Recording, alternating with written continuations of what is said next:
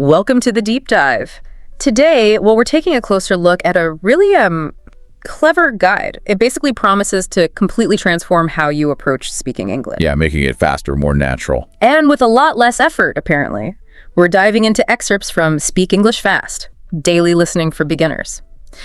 What really grabbed me was its bold claim, a shortcut to sounding smooth and confident, especially, if you're just starting out. It is a fascinating premise, isn't it? Yeah. The core idea here, it's not just about learning words, right?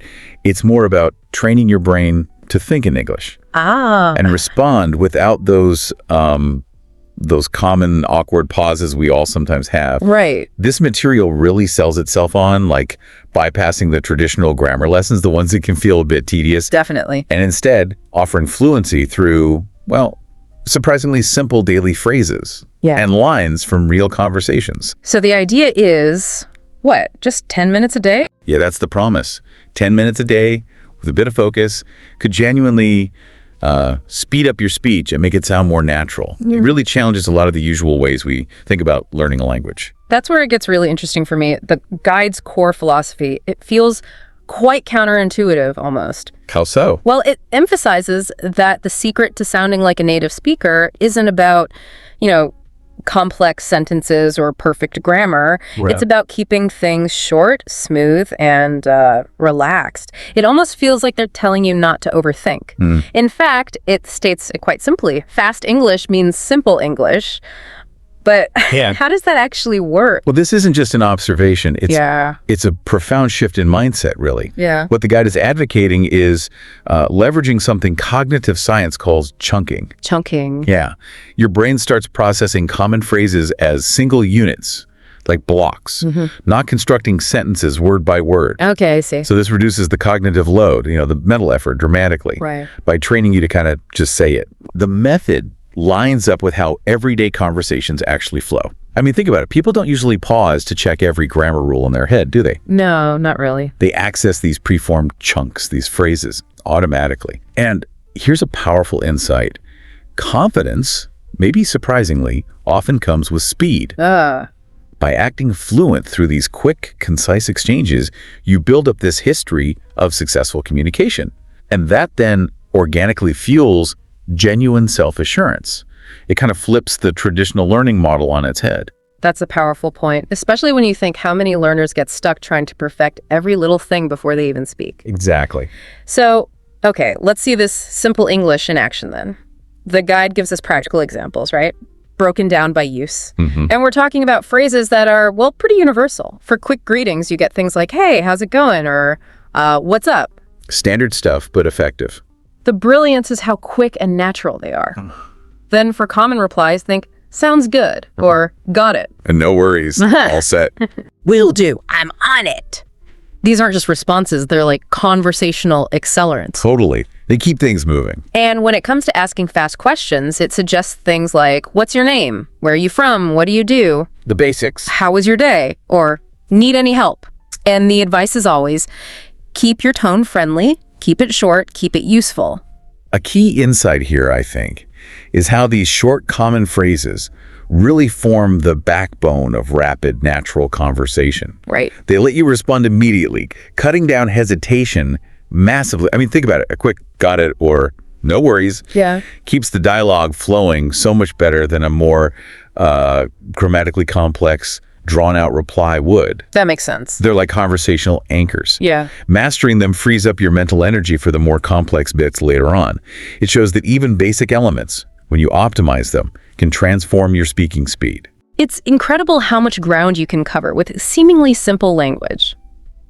Okay, so the guide then takes these principles into various daily scenarios, right? So the learning feels immediately useful. Exactly. Real-life application. Right. Imagine talking about food. It gives you lines like, I'm starving, let's grab lunch, what do you feel like?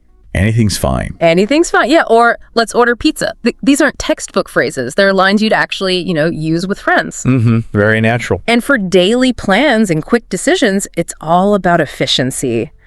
I've got work till 6, let's meet after that. Sounds perfect. Sounds perfect, I'll text you. Plus, direct decision making, like, let's go now, forget it, just do it. It's too late. Yeah.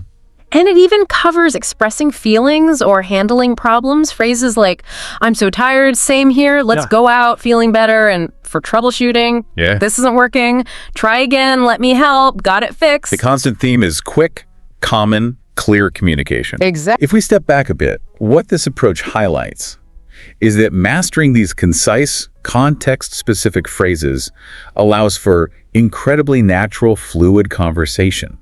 Why? Because they perfectly mirror how native speakers interact every day. Right. And this raises a really important question, I think, for all of us. How much of our everyday communication, even in our own language, is truly about crafting these complex, multi-clause sentences?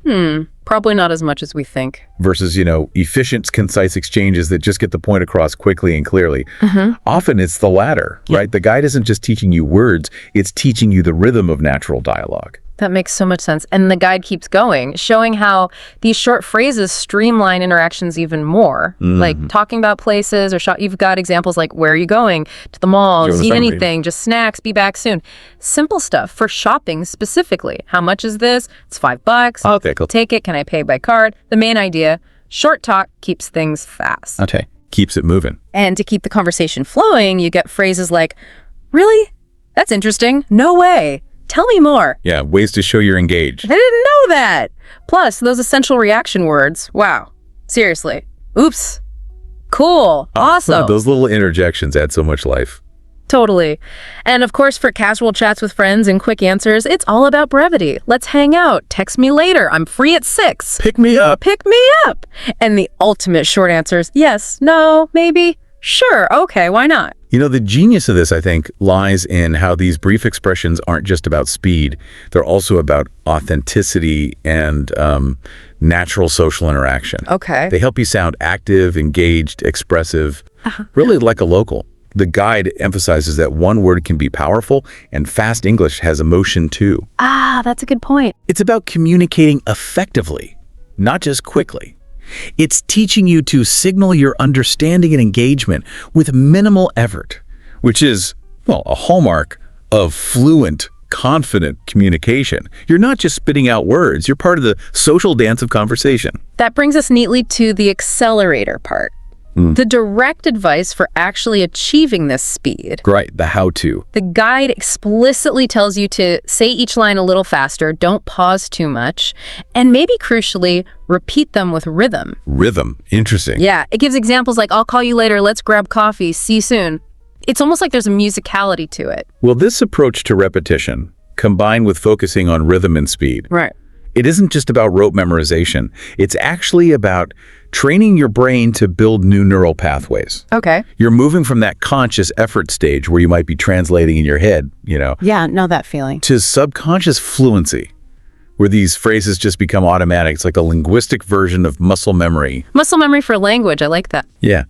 The guide points out that daily shopping builds confidence, and that daily listening and speaking make your brain faster, which really illustrates this principle nicely. You're not just learning phrases, you're building a new linguistic habit, a direct route from thought to spoken word. So wrapping this up, what does this all mean for you, the learner listening right now? This deep dive into speak English fast, it really distills a core message, doesn't it? I think so. Achieving fluency and sounding natural isn't necessarily about memorizing complex grammar rules or a huge vocabulary list. Wow. Instead, it's about consistent, focused practice with simple, real-life phrases, integrating them into your daily habits, and prioritizing fluid communication over perfect construction. It's quite a powerful shift in perspective, actually. It could save you years of struggle, potentially. And if we broaden this out, just for a final thought, the guide suggests that confidence comes with speaking, and that fast talk is short and smart. Short and smart, yeah. So consider this. If even something as complex or seemingly complex as learning a new language can be distilled into these short, clear, natural exchanges, what other areas of your learning, or maybe just your daily life, could benefit from a similar short and smart approach, allowing confidence to build with consistent, unburdened practice? Perhaps the secret to mastering any new skill lies not in overwhelming complexity, Right. but in the focused, repeated execution of its most fundamental, efficient parts. Something to think about.